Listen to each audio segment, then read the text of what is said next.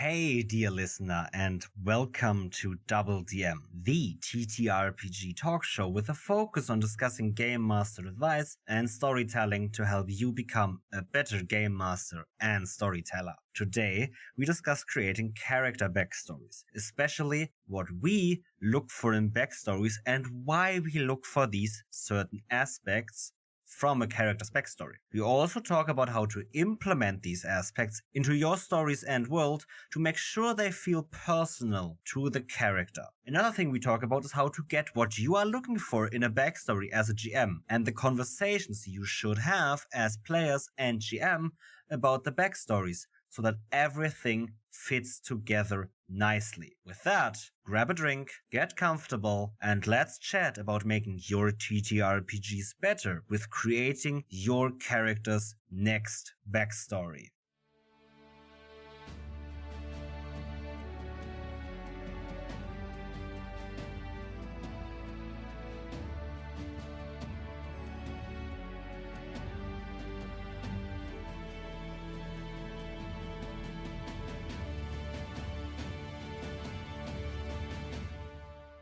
Hello and welcome everyone to the next episode of DoubleDM podcast. I am, as always, your co-host Emil, and I am here with my co-host Niels. How are you doing today? I can't really complain. I'm more or less good. Still a bit sick, but yeah, that's gonna be over soon, I hope.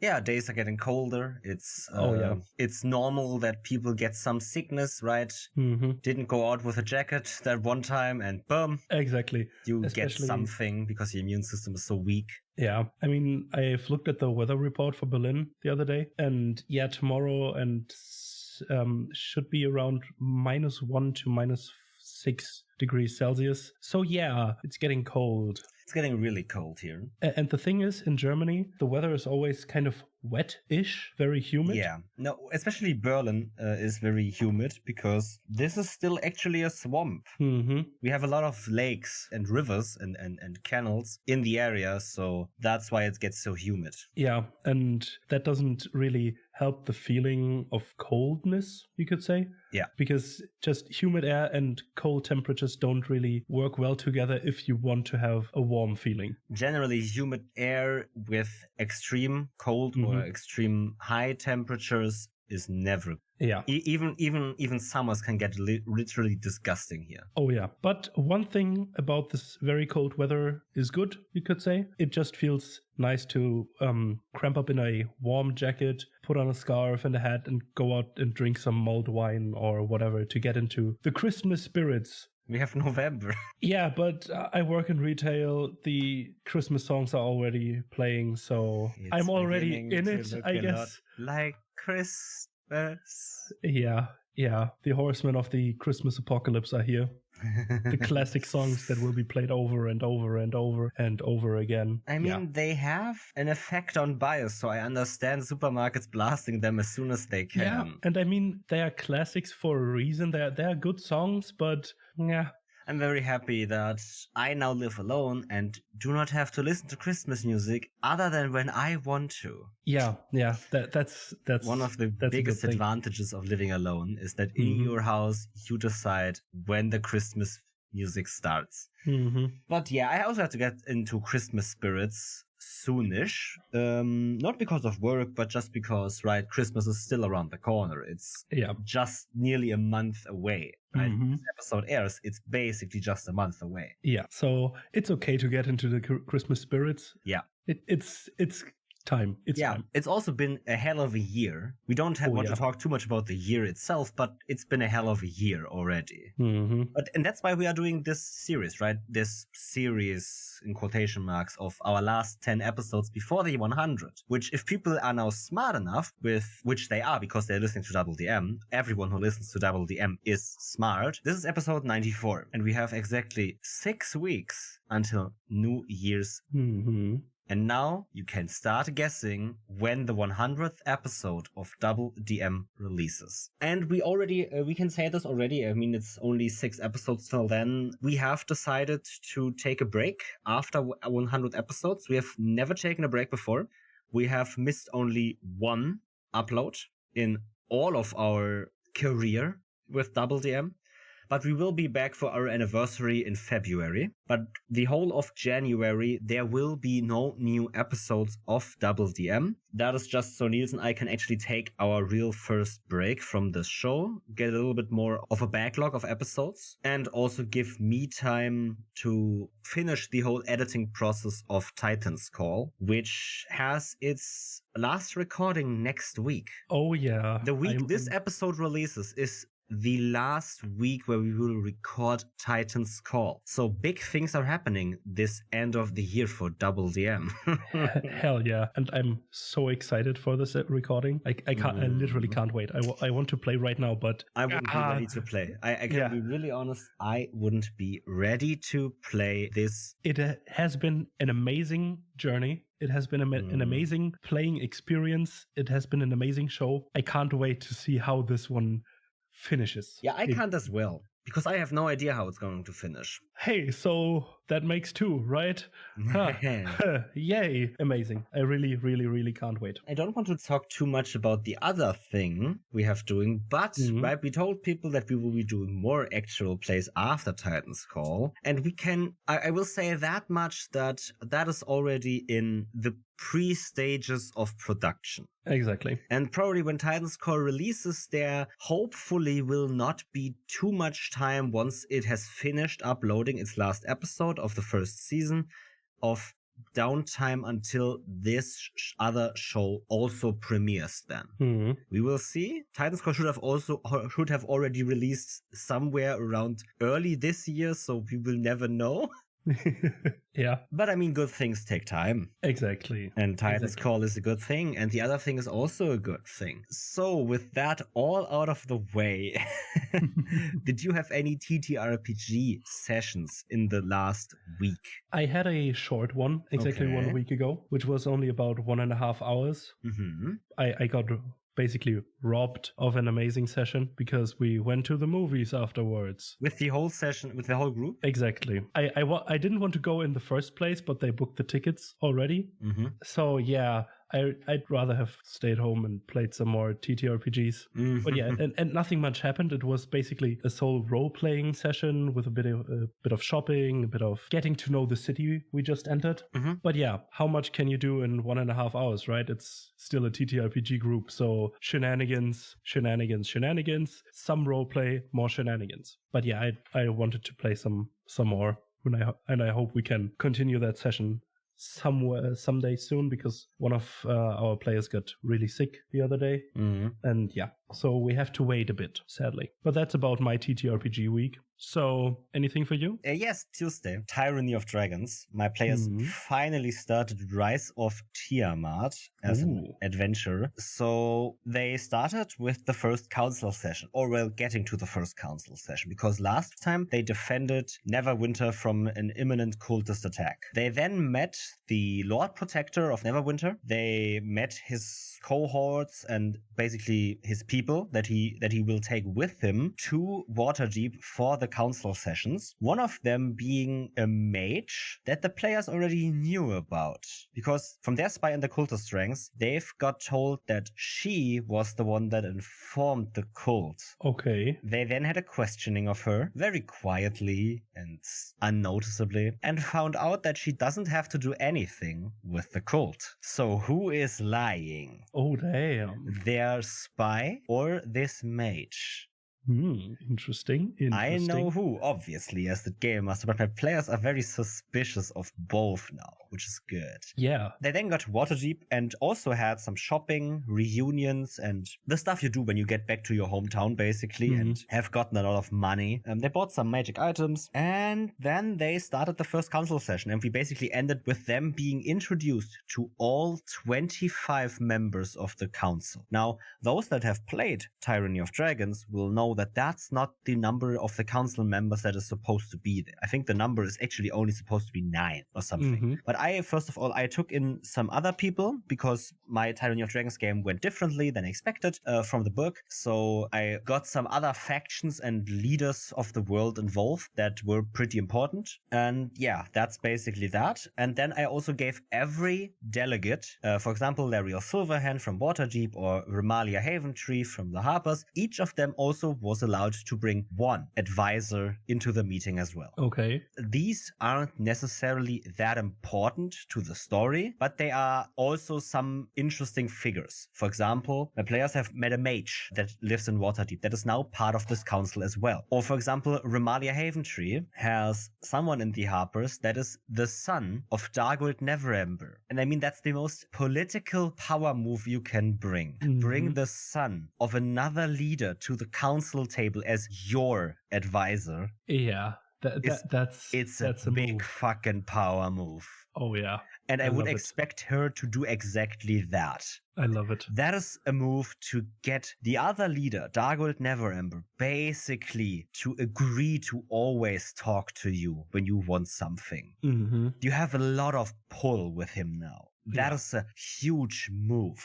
And then also, for example, another paladin for the Order of the Gauntlet is very important to our story, but it's not Ontar Frume. So he also brought her with him because she's a very important paladin to the story so far. And so she's also at the table. And then obviously also this mage from Dargold Neverember's council, that one that my players are suspicious of, is also on the council. Obviously. And yeah. Yeah, my players have now the important task of trying to please everyone. Yeah, the near impossible task, you could say. Yeah. I mean, 13 different factions are at the table, right? It's the whole political climate of the Sword Coast packed into one room, and everyone wants something from the others. Nothing will go wrong there. Yeah. No. Most and definitely obviously, not. I have also packed for every faction or every political entity that is on this table, all 13, I have picked a whole delegation of at maximum 5 different people as well. So not just the leader, but they might have 4 different advisors, of which one of them can always partake in the sessions. But there are 3 more that also do political talking, because outside this room, there's a lot of other politics going around, right? These people are in the room. They will also discuss trade routes. They will also discuss military movements. They will also discuss alliances and whatever else. I really enjoy these kind of things, especially currently, because I'm getting into some political thrillers recently and political dramas, and really enjoy this kind of genre. And then you turn around and say, "This is a session. This is my next session going to be basically a political drama or thriller." I love it. I want to hear more about it. I love it. Yeah, we will have to play for that to happen. But also, I will give my players the option, obviously, of how much they want to engage with this politics side of their adventure, because D&D doesn't have any mechanics or stuff for this, so this is basically just roleplay. And if my players don't want to, they don't have to. After the council is concluded, there will be another objective, and my players can basically take it on whenever they feel like it. While for the whole adventure, while they will always come back to Waterdeep until they have the final chapter where they will have to face the Colt and Tiamat herself, these delegations and their leaders will stay in Waterdeep. So they have always the possibility to go to them. That's why, for example, for our Waterdeep map, I made like these pins where they exactly show where this faction has their headquarters, you could say, where the players have to go and then talk to them. And yeah, it's just that they have a lot of options of deciding how much they want to engage with this, because they are the heroes. They are the ones that are supposed to stop the cult. They are allowed to say, well, we are only the ones that go into the field. We don't want to do the politics. Please, you 13, do the politics yourselves. And then when they say that, I will obviously decide which faction will in the end actually help them. Yeah. Right? Because that's their main objective. They were supposed to make these factions help them in the battle, because all factions agree this cult is dangerous, but there is still mistrust, and people don't want to send their whole army into a battle against the cult while their whole city is already destroyed, right? Yeah, for example, exactly. Neverwinter is half destroyed. They will want to rebuild their town. And if they send all their army away to fight a cult, they will be left defenseless. Yeah. And if someone takes advantage of that, that is a political death for Dargold Neverember in that instance. Because his people will scrutinize that decision to send his army or the mercenaries he bought away. Yeah. And that's why he can't just say, yeah, sure, I will fight the cult with you with all I have, because that is an unwise political decision. Exactly. And that's where we will be at. Can't wait to hear more. Can't wait to tell more. We'll have to wait 2 weeks for that though. And yeah, with that, all my sessions for the week are accounted for. I have nothing else to talk, so let's dive into our episode on player character backstories and how you can write the best backstory for your character.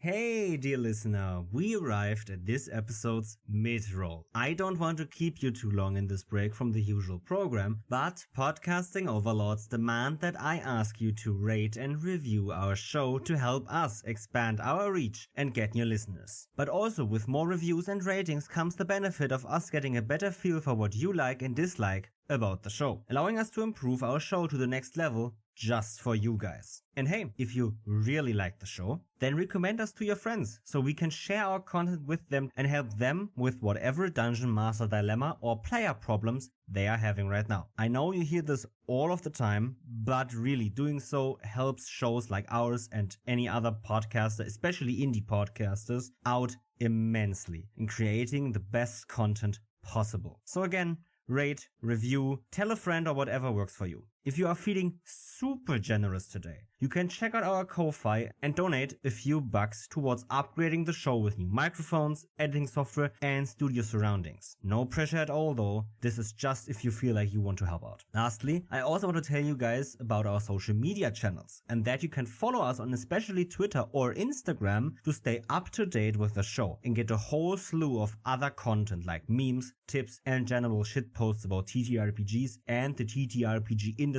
or community. Thank you guys so much for your constant support of our show, and we hope we can continue creating amazing content for you guys well into the future. Oh, one last thing. If you have a TTRPG product you want to advertise on our show, contact us about affordable ad space on DoubleDM episodes, and we also have promo swap spaces available for other podcasters and shows. And with that, I have an advertisement for you, and after that, it's right back to the show. Do you want a lightweight, easy to use and free application for your tabletop role-playing campaigns? MasterScreen is the ultimate set of tools for running tabletop or online role-playing campaigns and managing intricate fictional worlds as well. This incredible browser application can run on any device and also works offline so you can edit your files basically everywhere. This awesome campaign manager allows you to level up your notes and organization so you have to spend less time in your notes and more time in the action of your games. The focus on the simple yet beautiful design makes for great and intuitive use for every tabletop role-playing game, and as time goes on there will be even more features to create a one-stop get-all for game masters wanting to level up their game. And remember, all of that is for the low price of free and requires no downloads. So go to masterscreen.app to start becoming the master behind the screen you were meant to be. You can find the link in the description. So, Emil, we recently had our session 0 for the Cyberpunk game, correct? We did. Last week, Friday. Exactly. And we also made characters during that, but no concrete backstory yet. Yes. And since you're the DM and we talk about everything DMing, GMing, game mastering, whatever the fuck, I thought I get good insights on what you were looking for my backstory that you want in a backstory. Okay, so I'm probably the worst person to ask this because my philosophy has been for at least 2 to 3 years. I don't give a fuck how your backstory looks as long as you play a character. Mm-hmm. That means I'm not saying your character specifically, I'm saying a character. I want you to have at least something. Mm-hmm. You can also just do not hand in a backstory. I don't care, but there should be a character in some way, shape, or form. You can't just play an amorphous blob that doesn't have any characteristics to them, that doesn't have a personality, that doesn't have a flaw, that doesn't have a secret, that doesn't have fears or something. Mm-hmm. You don't have to write these things down for me, but there needs to be something there that you can play a character in my games that I can work with. Yeah. And that's my philosophy on backstory. So that's the episode, everyone. And we can get home. Nice. Short episode this time. Yeah. Goodbye. No, obviously not. But I think especially during the character creation on the Cyberpunk thing, there was one part in the book for character creation that really helped me develop a backstory, which is the life path feature, We already talked about this a bit about in our Witcher game episode. Same company, same system. Exactly. And I think this is a really cool tool for especially newer people to think about what should be or what could be in a character backstory, to create the character, to or define the life that your character has had, that shaped the character you are playing into the character you are playing right now. Yeah, I think so too, especially if the game is coherent with its world and has some pretty strong themes in it, right? The Witcher and Cyberpunk game are the ones that do this pretty well. They have very specific worlds. They have very specific themes in these worlds that can be shown in these life paths, right? Both have something like a tragedy happened or a family tragedy happened, because these games deal with characters that have been cheated by the system, that are, I don't know, thrown to the streets, that have never had an easy life or something like that. Yeah. And these life paths make it so that you definitely have that. It defined you in some way. You have a lot of enemies or friends. That also defines a character. How outgoing are you? How easy it is for you to make friends with other people? How many people will do something for you? Or how many people will try to kill you? Exactly. And I think especially the deeper this goes and the more NPCs there are in a backstory, the more tools GM usually has to work with to incorporate your character into the story. It isn't necessarily needed to incorporate any character into the story, but it's a nice way to tie them to that story, to make them involved in it. Yes and no from my side for that, because the NPCs are definitely tools for that. I am not gonna lie, right? They are easy tools. But they are far from the only one. Exactly. And second of all, sometimes these NPCs aren't even tools. They're just there. They are things that are in the world. They are things that are for fluff. And I think that's where kind of the crux with backstories lie. If you have a GM that tells you, I don't want long backstories, please only 1 page only, or even less than that.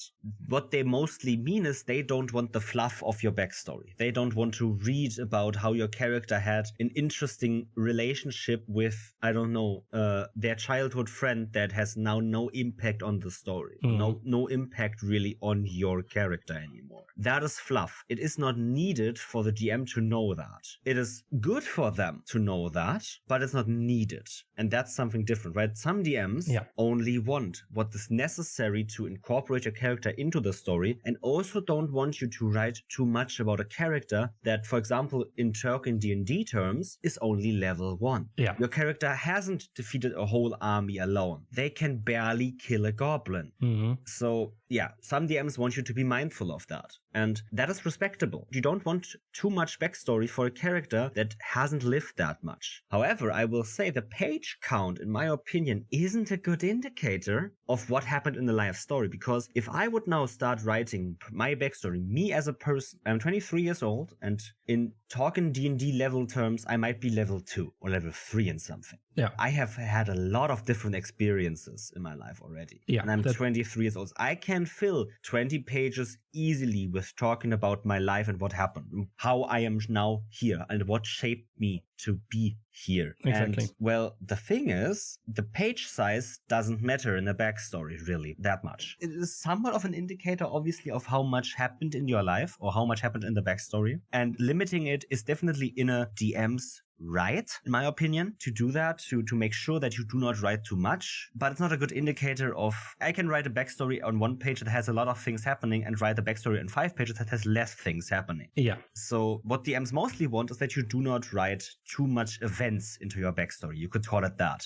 And that limitation is harder to say. You can't just say you only are allowed to have 5 events in your backstory, because some people might need 6, or some events are smaller than others. How do you measure that? Well, you can't. Exactly. And it's basically with the page count or whatever, it comes down to information density. You can pack it 1 page, like you said, full of information that you have to read 5 or 6 times to get the information that you want out of that snippet, because it's just packed with all of the information at once without separating it or separating different events or whatever. But if you write more, a bit more worded, you could say, it is easier to differentiate between 2 different events happening, even close together on a timeline. because you have a lot more words or a lot more sentences that can define, in quotation marks, the breaking point between those two events. Yeah, I think what we have to talk about in this episode is obviously why backstories are needed, or why backstories are the way they are,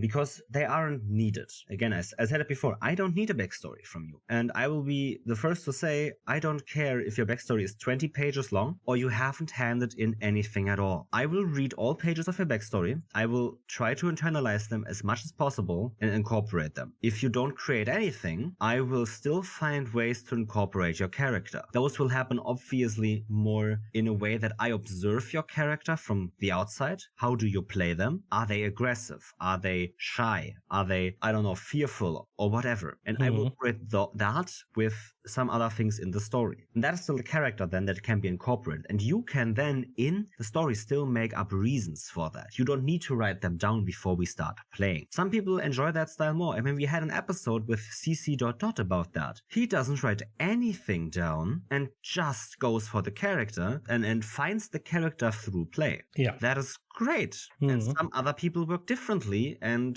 well, create backstories for their characters. Both are valid styles. I enjoy playing with both styles. The only thing that I really don't like is people that play a character that hasn't anything, that is very bland and just basically them or something. I said this in the new player episode, but you can play a character that is basically just you in this fantasy world. That is fine. You can do that. But I think that while that is good for a first-time character, is still a boring character. Yeah, because you're basically not exploring any new concepts, which is fine to do, but it isn't something I would like to do with my characters. Usually when I create a character, I try to incorporate some things from me as a player as well. Obviously, there are some self-inserts I can't get around those, but they I still happen try organically in the sense of TTRPGs anyway, right? Because you do not think about everything. And if you come up at a point where something for your character matters that you hadn't thought up, you just do a natural reaction of what Niels would do. Exactly. And then that's a self-insert, automatic, and that is completely fine as well. Yeah, but for some character traits, you could say, I try to explore new things that aren't myself. Yeah. How they behave, what are their mannerisms, how they communicate, in which way they communicate, how they take on information, how do they write them down or whatever. This is always something that I try to explore with, that I do different from real life, just to make it different, you could say, to have an interesting way that keeps me engaged with this character that I'm playing. And for me, writing a backstory helps with that, to remember that and pinpoint it to a specific trait I want to explore. That because my brain is really chaotic. Yeah. Sometimes it's just pure chaos and I forget everything. So I need to write stuff down. And so writing a backstory, a clear-cut backstory with, or at least for certain elements, helps me to remember those things. Because when I'm in doubt, I can always look up what did I write in this backstory? Oh, how would I behave in this situation? Oh, well, I remember there was something in the backstory similar to this situation. How did I react there? Yeah. And I can look that up, but I still not define everything about the character. So I have some wiggle room to explore the character that I am playing while I am playing it. Yeah. Like the approach CC mentioned, just to have the option to create the character still while I am playing the character, but still have some major traits written down for me. This is the way that works for me the best. Yeah, I think find the way that works best for you is obviously the right call here. And find a GM that respects that style. Because if you have a GM, if you're someone that needs to write a backstory for your character or that wants to write a backstory for your character, and your GM outright tells you no, and then after the fact tells you that your character feels bland and you do not really have that much roleplay or not engaging roleplay, well, yeah, maybe this person needed a backstory to have that roleplay. So they need to define that beforehand. That happens. Some people want to write backstory. Some people want their character to be very much integrated into a world and story. That is where a backstory comes in. And that's why when someone sends me a backstory, I read it and I internalize it. If someone sends me anything, I will read it. and I will try to understand what this means for my story. And I will try to use this for my story. That's why if I have a big campaign, I tell the people, you can write backstories. If you don't want to, I don't have to get one. But if you write one, send it to me rather early in the campaign. Doesn't have to be before session 1 or session 0 even. It can be at any point you want, basically in the first 10 sessions or something. Just send me something that I can incorporate. And then you can be sure that some parts of your backstory will come up in some way or another. Yeah. And if you want that, write me something. If you don't want that, I will still have a talk with you, because that talk can also be something, a way you can formalize your backstory. It doesn't have to be written on paper. And I think a lot of GMs that say, I don't want backstories, they forget that they do not have to get a fucking novel from their players to read. They can also just talk with them or have a chat conversation about their character. So what is your character's goal? Do they have a secret? Do they have fears? What is about their family? Where do they live? Do they still live, right? You don't have to get a backstory for that. You can just ask the player and they will make up something on the spot if they haven't thought about it, or tell you what they have thought about. You don't need a written backstory to get these things. And second of all, your players don't need to write a backstory to give you those things. So exactly. And if you don't want to incorporate your players into the story or into the world, then why are you playing a TTRPG? Kind of a point to have collaborative storytelling. Obviously, I will agree that storytelling should happen at the table. But backstories, your prep for this campaign, and the world are all helpful in that. Oh yeah, the most backstories definitely. are player prep, you could say. I will treat them as such. They are player prep. They prep for this campaign with their backstories. And the good thing about player prep is, I as a GM get to see it, while they do not get to see my prep. Yeah. And I can use their prep in my prep. First of all, I have less prep to do then, because I can just take stuff from there. And second of all, they enjoy the fact that their character seems to have an impact on the world, or seems to be part of this world.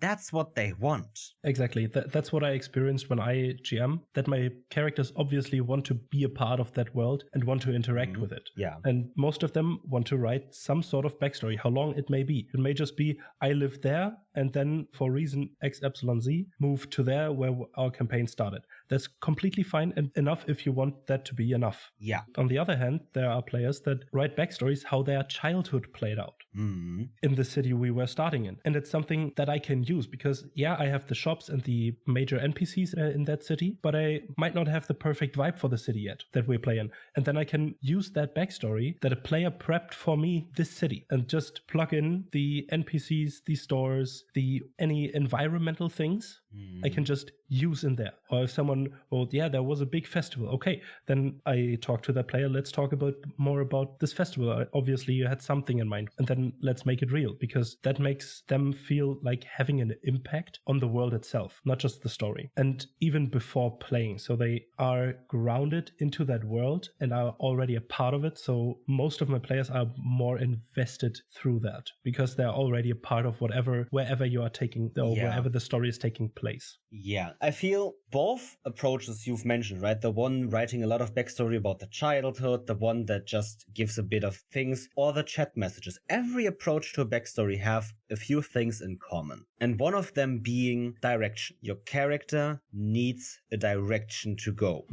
If I play with you, that is really the only thing I really ask of a player to give me, or that to show me. It can also be just showing me this in session 1 and 2. What is the direction of your character? And it doesn't have to be the goal of the character. The goal is theoretically a direction the character wants to move towards. But for example, for one of my characters, Noelle, her goal was to take revenge. Very edgy, I know. But the direction of her wasn't to take revenge. The direction of Noelle was to learn that she doesn't need revenge. That is a different direction. But that direction is way more important for the story and for the GM to know or to feel in the story than just getting her revenge. Because giving her the revenge, or the chance at revenge, I should say, is easy. But giving her the way to realize that revenge isn't what she needs is something else. Yeah.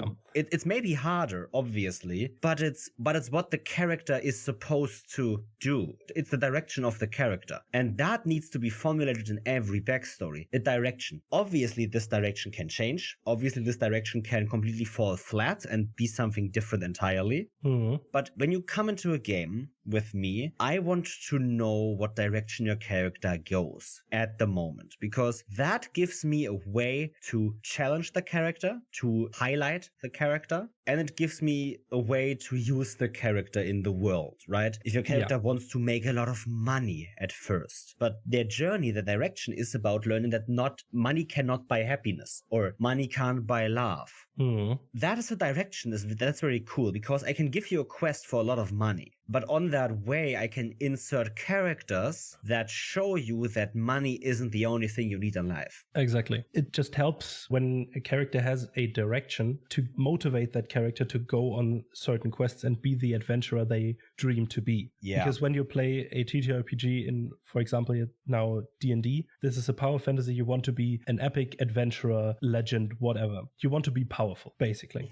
Yeah. And having a direction, how or with what means you want to achieve that at first, gives me a way to motivate your player to achieve your goals that you might or might not have yet. Even if you don't have any concrete goals yet, I can still use your direction to motivate your character to try to find a goal or try to achieve the goal that you already have set in your mind. Yeah. And then show you ways to exactly do that, what you want to do, or show you different paths and then you choosing the one that you want to go. Yeah, I think this is actually fun, because this was a meme, an interaction on Twitter by Marisha Ray and Liam O'Brien about why all backstories are somewhat tragic, because no sane person that lives on a farm, has a wife and kid, and has a stable job and has at least somewhat of a good life would go out and start killing a dragon. It needs to be something that motivates you to risk your life. And while I said, for example, I don't need anything from a backstory, I will still give my players pointers for what I want from a backstory for the game we're playing. For example, I told my players, if you write a backstory, I want there to be living people in it. You're not alone. Never. Even the edgiest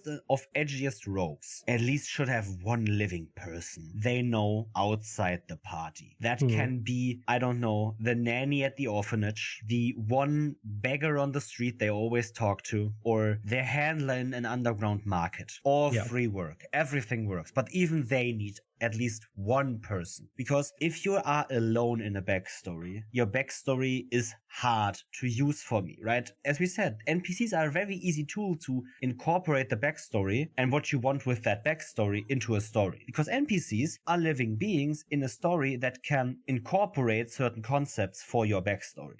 If you have an NPC in your backstory, you can most certainly be sure that I will incorporate them in some way. Obviously, if you have 20,000 NPCs, I can't incorporate all. But if you have a father, a mother, a brother, a best friend, and we are playing a campaign, most of the time I will make sure that they at least appear once, either as a device for my story, being a hostage, dying, or asking for help or something, or I will make sure that you come through a place where they are currently, and you get a moment of rest, or whatever this character obviously means for you. For example, the edgy rogue has only one person they really trust in the world, and that is the nanny at the orphanage where they grew up. And at some point, I'm gonna make sure that you actually come through your hometown, where that orphanage still stands. And that nanny will be there. So your character can just go and basically cry their heart out or have a reunion with the only person that really ever cared for them when they were little. I don't have to kill the nanny. I don't have to. I can, but I don't have to. I can just make her be there and be there for the character. And then she has fulfilled her purpose, that of the backstory, where her purpose was to be the loving character for this character. And then in my story of continuing that, I could also obviously play with that and change it up. And now she hates what has become of him or something and writes him on his wrongs or what the fuck ever. A living NPC or living entity is a device I can use, and I will use it. So I ask my players, if they do want to write a backstory, however long it may be, they should include a character that is alive, at least one. Yeah. Preferably more, so that I can use more. That's something I like to use when I try to create a good backstory, at least in my opinion, is to give my GM basically a couple of knives that they can choose to stab me with or don't. Basically being living entities, NPCs, locations, or whatever. Just them being there for my GM to use. If they want to, they can have the nurturing mother still be there and nurture the now grown-up adventurer, or it's the nurturing mother got kidnapped or killed or whatever. Just give my GM options to do with these things whatever they want to do. Not necessarily just people or NPCs or whatever, but the same thing goes for locations as well. Yeah. Like you mentioned, the nanny in the orphanage. The orphanage as well could be one of those knives, technically. Yeah. Where the nanny isn't there anymore because she moved on or died of old age or whatever, but the orphanage where you grew up in is still standing. And this is still one of the things or tools that I give my GM or want to give my GM that they can use to do whatever with. So I think one fun thing is those two things, locations and NPCs, are knives for the GM to use against your character. But what I ask my players to include as well, to the question of the beginning, what I want from a backstory, yes, in the most correct way, I don't need anything. So I don't care what's in there, but I also like to have secrets and fears and stuff like that. Especially secrets, because those are the fun things. They come up more in play with the other characters in the group as well. Yeah. Right? With the locations and NPCs, they are more personally just for your character to deal with. But a fear or a secret might catch up to the whole group. Yeah. If your secret is, I was once part of a death cult and now they are trying to kill me, and you are part of a group now, that death cult is also gonna come for the group, obviously. Obviously they want to come for you, but as the group is in their way, they also come for the group. That is a secret that can catch up to the whole group.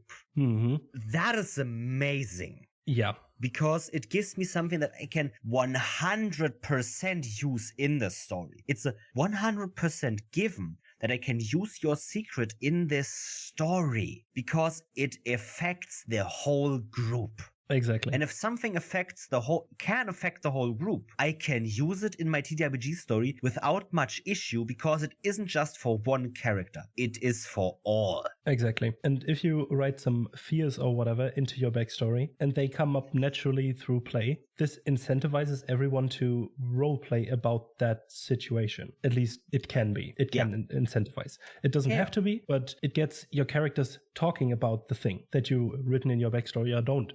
Whatever, right? Write your backstory however you want, but this is something that you could do. And then build up on that. Maybe you have, with a character, two characters don't really like each other, but work together because they have to, or have a common goal or whatever. And then they discover that they both have the same fear, for example. And then they can bond over that and create friendships or relationships out of that, or whatever you want to create out of that, or both get over the fear together, and so the group completely just not melts together, but bonds together even better because of something that you've written in your backstory. For sure. I think generally for GMs, the advice, if you want backstories, or tell your players explicitly what you want from backstories. Not length of anything, but tell them what you want. I want living NPCs, I want locations, I want your secrets, I want your fears, I want to have, concepts. I want to have an explanation for your flaws. I want you to have flaws. Please explain them. Why do you have them? Your character is a very heavy risk taker and they don't really know when to not take risks. Why is that? And ask these questions. If your players hand in a backstory that, in quotation marks, isn't to your liking, first of all, deal with it. It is probably to their liking, and that is what a backstory is supposed to be for the player and character most of the time. But then ask follow-up questions. You can always ask questions. Get a conversation going. This conversation can be much more valuable than the backstory itself, because the backstory gets you talking, and that alone is then valuable. Yeah. And then you can obviously make notes. Okay, so you have a lot of siblings. How does that affect your character? Do they share a lot of their food or of their rations or of their things because they've always had to as a kid? Are they just friendly to everyone in their group because that's how they were raised? What is the reasoning here, right? And then get the player thinking. And when they think and answer you, write the answer down. Incorporate the answer. Talk with your players. I know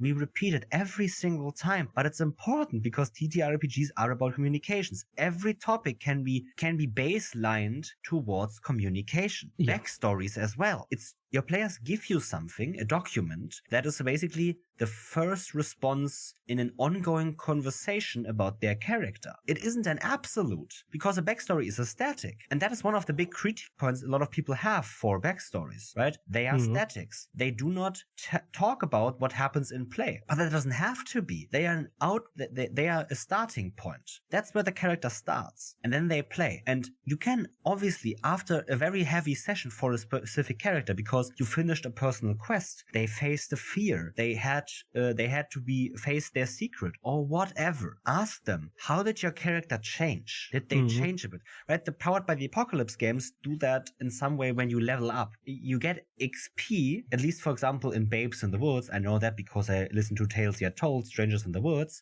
where after a certain chapter, the GM asks, did your character face a fear? Were they kind to their friends? Did your character change in a way? That question is a gold mine for GMs to ask a player after a certain moment in the story. Oh yeah. Because what the player says can fuel so much further roleplay, narrative, and whatever else. And you want that.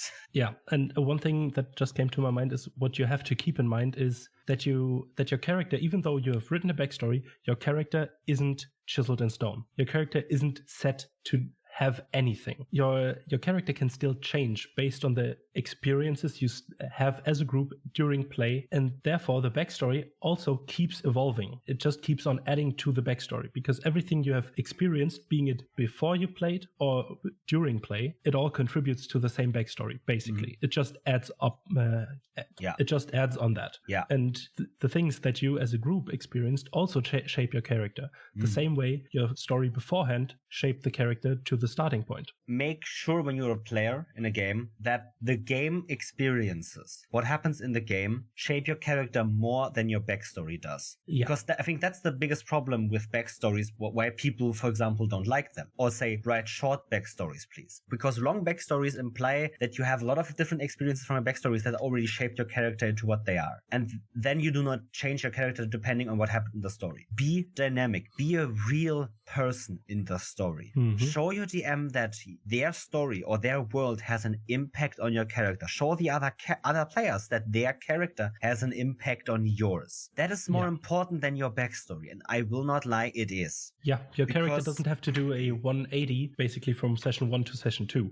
Yeah. But keep in mind that your character is still developing, moving. It is a fluent thing, because the things you experience also shape the way you are at this point right now where your character is playing right now. Yeah. And with the way TTRPG stories work, you do not necessarily focus on the whole life of a character. You do only focus on this part, this story that you're telling with your friends at the table, right? They had a life before that and they might have a life after that story, but you focus on that one, and you want to focus on that one. You don't want to focus on the story you told before the story even began. Obviously, that story that came before can influence your character and can influence this story, but you want the focus to always lie where you're currently at. Exactly. And the GM wants that a lot, because they obviously do not get to write a backstory.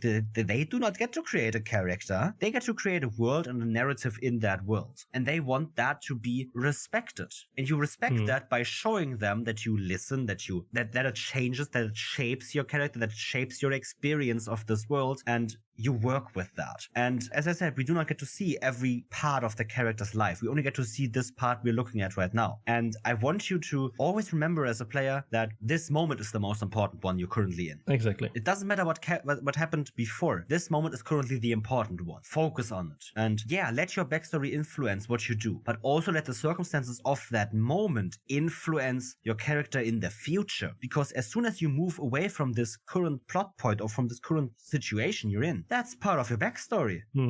It led to this moment you're in now, so it also should influence you. And if you, for example, in a cyberpunk game, have seen someone experience cyber psychosis, and you're also a character that chromes up a lot, that also has a risk of going cyber psychosis, maybe seeing someone for the first time being in that state changes your mind.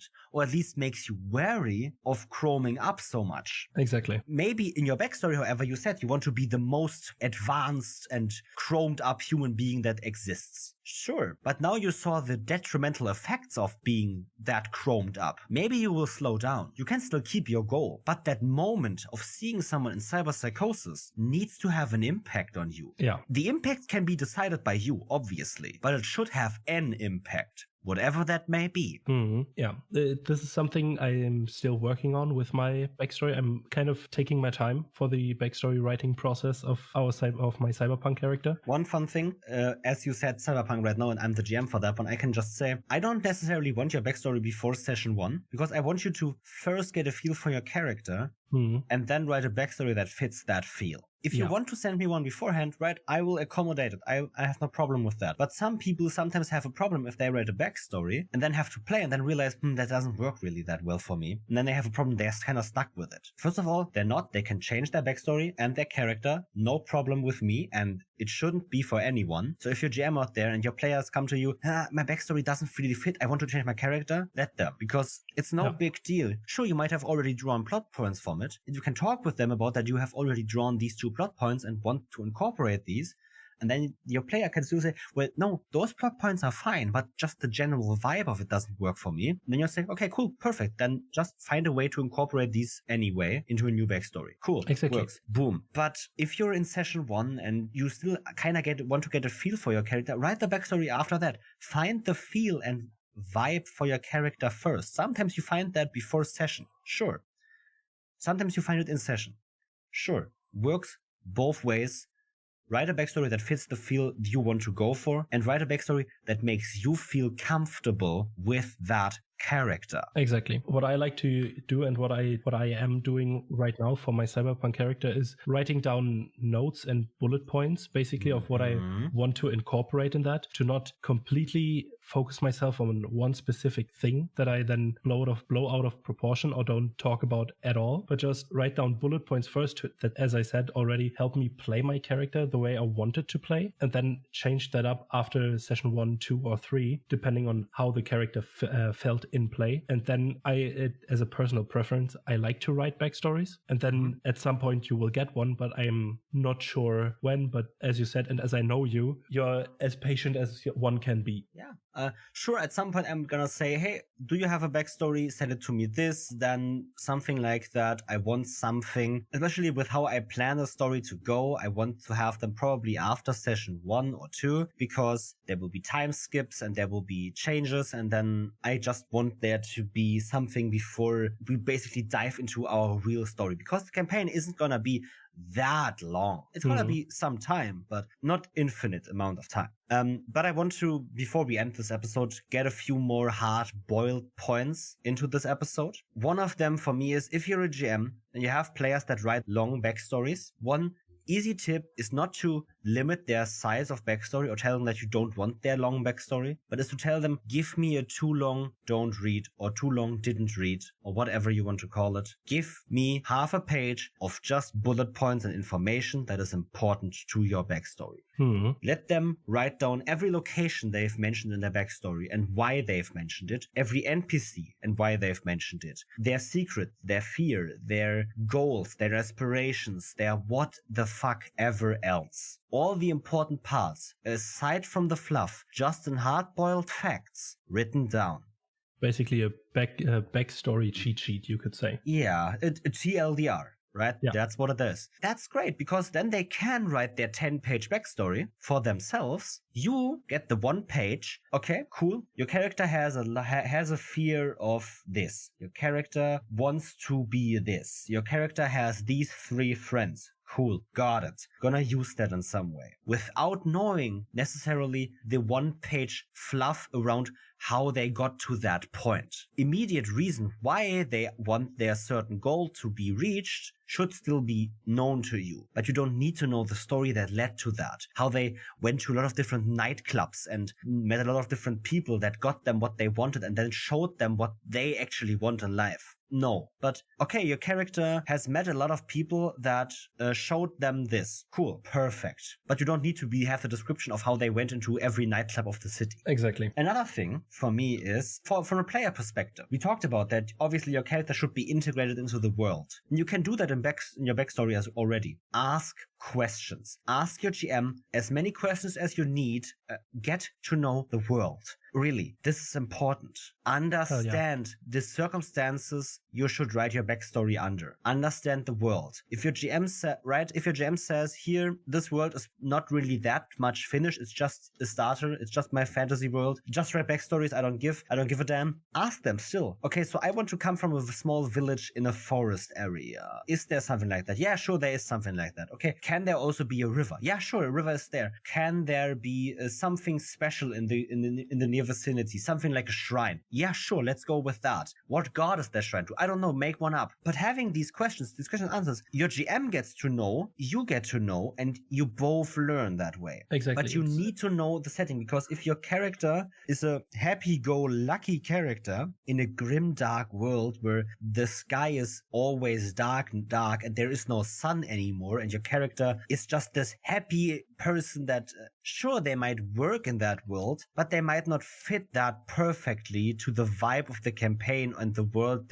you were going for in this game. Get to know everything you need to know to fit what the others are writing, what the GM is writing, and what is there in the game. Exactly. It's like you mentioned already with the GM asking questions about the character when someone didn't want to write everything down and then they make stuff up for their character or have something in mind already. It's the same the other way around. It just helps you as a GM to world build, because if you don't have the answers yet, you just make it up. And then this helps the players to create the backstories that benefits everyone at the table. It's a questions game. You want to know everything. You want to fit everything, because right as we said, one of the most important parts for TTRPGs to work best for the table's enjoyment is consistency in everything. That everything is coherent with each other. That the game's rules fit how the world feels. That the world's feel fits how the characters in that world interact and act. And that you create a character with a backstory that fits the world, system, and other characters. I know joke characters are fun, and playing something very idiot is very fun sometimes, but if the rest is playing serious characters, it's not gonna be that much fun. Sure, you will have a good laugh in session 1 and 2, but after that,